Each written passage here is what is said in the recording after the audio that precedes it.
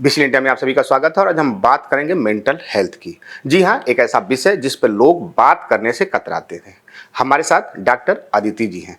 अदिति जी, BCL में आपका स्वागत है और सबसे पहला सवाल यही होगा कि मेंटल हेल्थ को लेकर के किस तरीके से फोकस होना चाहिए लोगों को। मुझे लगता है सबसे पहले तो मेंटल हेल्थ को एक प्रायोरिटी बनाना एक बहुत ही मतलब एक नीड ऑफ द आवर है।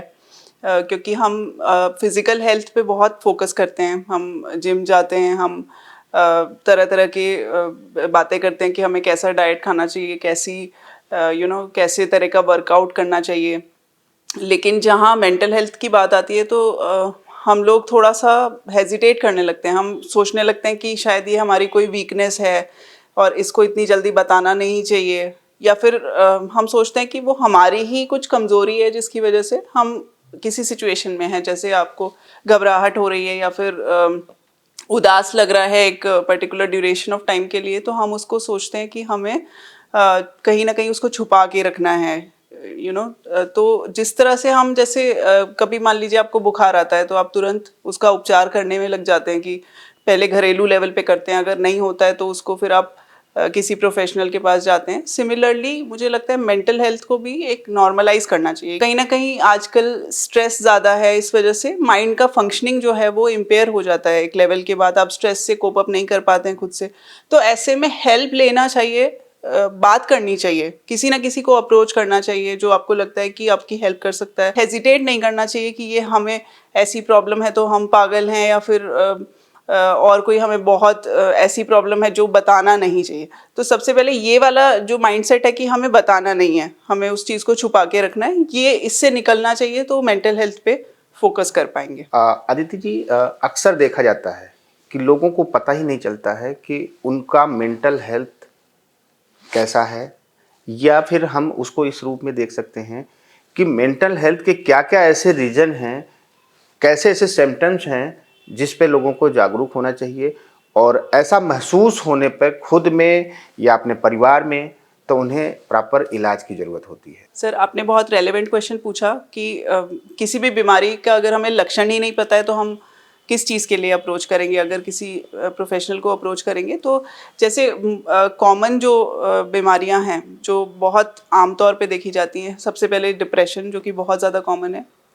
तो डिप्रेशन के क्या क्या लक्षण हैं कि अगर बहुत लंबे टाइम तक 2 हफ्ते से या 2 हफ्ते से ज़्यादा आपको उदास फील हो रहा है, बिना मतलब के उदास फील हो रहा है, और वो उदासी जो है वो किसी भी चीज़ से जा नहीं रही है। नॉर्मली भी जैसे हम लोग कभी उदास फील करते हैं, कोई सिचुएशन ऐसी आती है, आपने कोई बुरी न्यूज़ सुन ली, आपको उदास लगा, ठीक है, लेकिन आपने कुछ ना कुछ ऐसा किया, जैसे कोई मूवी देख ली या फिर किसी फ्रेंड से बात कर ली, तो तुरंत आप उस चीज़ से निकल जाते हैं या कुछ टाइम बाद निकल जाते हैं। डिप्रेशन में जो उदासी होती है वो एक परवेजिव उदासी होती है, मतलब वो बनी रहती है, चाहे सिचुएशन कैसी भी हो, उदासी बनी रहेगी।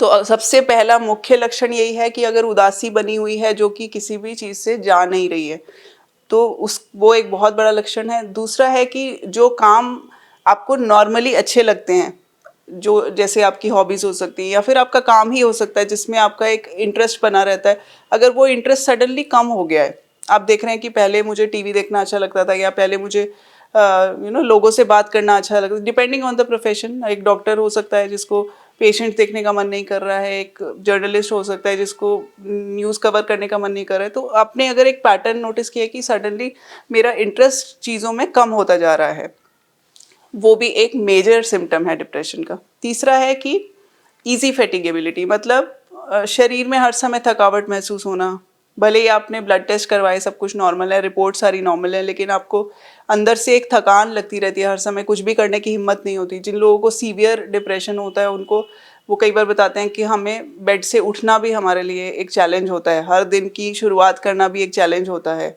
जबकि फिजिकली बॉडी में सब कुछ नॉर्मल होता है। तो इस तरह के लक्षण हैं। फिर उसके अलावा सेकेंडरी लक्षण होते हैं बहुत सारे, जैसे भूख ना लगना, नींद ना आना। नींद is one of the symptoms जिसके साथ बहुत सारे लोग आते हैं कि नींद नहीं आ रही है। जब तक नींद आती रहती है तो ज़्यादातर लोग मेंटल हेल्थ प्रोफेशनल्स को अप्रोच नहीं करते हैं। नींद जब आनी बंद हो जाती है तो फिर आते हैं कि नींद नहीं आ रही है ना। बट नींद एक नॉर्मल फिनोमेना है, नींद अगर नहीं आ रही है तो एक बहुत बड़ा लक्षण है कि कुछ ना कुछ प्रॉब्लम है, ठीक है। और दूसरी चीज़ है कि काम में मन नहीं लगना, फोकस नहीं लग पाना, और बहुत ज़्यादा सीवियर स्टेजेस में अगर आ जाएं तो एक निराशा वाली फीलिंग आने लगती है, जिसको कहते हैं कि होपलेसनेस, वर्थलेसनेस।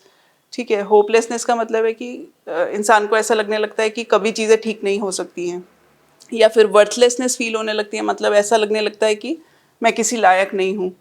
ठीक है, भले ही चाहे सिचुएशन सारी ठीक हो, सब कुछ ठीक हो, बट ऐसी फीलिंग आना, अगर इस तरह की फीलिंग आने लगती है, होपलेसनेस, वर्थलेसनेस, तभी फिर सुसाइडल आइडिएशंस आने लगते हैं। मतलब कि ऐसा लगने लगता है कि जीवन जीने का कोई मतलब नहीं है, और खुद को ख़त्म करने की प्लानिंग वगैरह भी लोग करने लगते हैं। ये सोचने लगते हैं कि अब इस जीवन से मुझे चले जाना ही बेटर है। तो डिपेंडिंग ऑन द सिवियरिटी बहुत सारे लक्षण हो सकते हैं। हाँ, बट स्टार्टिंग जैसे अगर आपको लग रहा है कि एक चेंज हो रहा है आपके अंदर, आपको चीज़ों में मन नहीं लग रहा है, कुछ अजीब सी फीलिंग्स आ रही हैं, तो डेफिनेटली ये एक आगे जाके ये बढ़ सकता है। तो उसी स्टेज में उसको एड्रेस करना चाहिए। अगर आप खुद से नहीं कर पा रहे हैं तो किसी प्रोफेशनल को अप्रोच करना चाहिए। बाकी और भी बहुत सारे डिसऑर्डर्स हैं, बट ये कॉमनली जो पाए जाते हैं, तो मोस्टली यही सिम्टम्स होते हैं जिनसे आप, अगर आपको ऐसा कुछ हो रहा है तो आपको सोचना चाहिए कि हाँ, शायद मैं अभी अपने लेवल पे मैं स्ट्रेस से कोप नहीं कर पा रही हूँ या नहीं कर पा रहा हूँ, तो मुझे हेल्प लेनी चाहिए। नहीं, आपने काफ़ी महत्वपूर्ण बातें बताई। अब सवाल ये है, जैसे कोविड की बात की हम बात करें, चाहे वो सर्विस क्लास के लोग हों या बिजनेस क्लास के लोग हों, ये तमाम लोगों में ये शिकायतें आ रही हैं कि उन्हें नींद नहीं आती है, निराशा लगती है हाथ, व्यापारियों के व्यापार प्रभावित हुए कोविड के बाद, फिर भी वो उठ के चलने की कोशिश तो करते हैं। लेकिन क्या आपको लगता है कि प्राइमरी स्तर पर एक मनोचिकित्सक के रूप में उनके लिए क्या सुझाव है आपके पास? हेजिटेट नहीं करना चाहिए, छुपाने की कोशिश नहीं करनी चाहिए कि क्या सोचेंगे, और मैं तो बहुत स्ट्रांग था, और मैं अगर जाऊंगा किसी प्रोफेशनल के पास तो मेरे बारे में क्या इमेज बनेगी, लोग क्या सोचेंगे कि इनको भी इस तरह की प्रॉब्लम हो सकती है क्या, या फिर मुझे लोग पागल का टैग तो नहीं दे देंगे। ये सारे धारणाओं से ऊपर उठ के अपनी हेल्थ को प्रायोरिटी देके मुझे लगता है कि अप्रोच करना चाहिए। एक बार भी अगर आप आते हैं तो जो पहला सेशन होता है जिसमें कि आप अपने मन की सारी बातें खुल के बता सकते हैं, उसी से आधी बीमारी, मैंने देखा है बहुत सारे केसेस में, बेटर हो जाती है। जब आपको लगता है कि कोई है जो सुन सकता है आपकी बात, आपको फिर वो अकेलेपन वाली फीलिंग या कोई ड्रास्टिक स्टेप उठाने का एटलीस्ट आप नहीं सोचते हैं कि आप खुद को ख़त्म कर लेंगे। तो मुझे लगता है कि सबसे ज़्यादा इम्पॉर्टेंट है अपनी फीलिंग्स को पहले खुद समझिए, और फिर उसको एक्सप्रेस करिए कहीं ना कहीं पे। ज़िंदगी एक मिली है, इसको आप एंजॉय करिए। अगर आप स्वस्थ हैं तभी आप अच्छी नौकरी कर सकते हैं, तभी आप व्यापार कर सकते हैं। और मैम, आपने काफ़ी विस्तार से जानकारी दी। हमारे जो दर्शक हैं, अगर कोई आपसे कनेक्ट होकर के उनको लगता है कि हाँ, उन्हें डिप्रेशन है या उनके परिवार में किसी को है, वो आपसे कनेक्ट होकर के और आपसे मिल करके आपसे इलाज कराना चाहते हैं, आपसे उसका उपचार पूछना चाहते हैं, तो आपसे कैसे कनेक्ट हो सकते हैं? तो मुझसे कनेक्ट करने के लिए मैं बीसीएल की मेंबर हूँ, तो बीसीएल के प्लेटफॉर्म के थ्रू मुझे आप कनेक्ट कर सकते हैं, नहीं तो पर्सनल लेवल पे मुझे कनेक्ट कर सकते हैं। नंबर मैं आपसे शेयर कर दूँगी।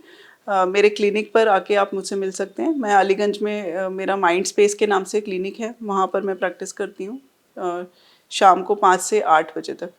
तो वहाँ पे आके मिल सकते हैं, नहीं तो ऑनलाइन अगर कोई कंसल्ट करना चाहे तो ऑनलाइन भी मैं कंसल्ट करती हूँ। ऑनलाइन ऑफलाइन दोनों तरीक़ों से आप कंसल्ट कर सकते हैं। बहुत बहुत धन्यवाद मैम, बीसीएल से जुड़ने के लिए। Sir, thank you so much, आपने मुझे यहाँ पे इनवाइट किया और इस चीज़ की इम्पोर्टेंस को समझा कि मेंटल हेल्थ इश्यूज़ पे बात होनी चाहिए। सो थैंक यू आपको, और बीसीएल की पूरी टीम को मेरी तरफ से थैंक यू।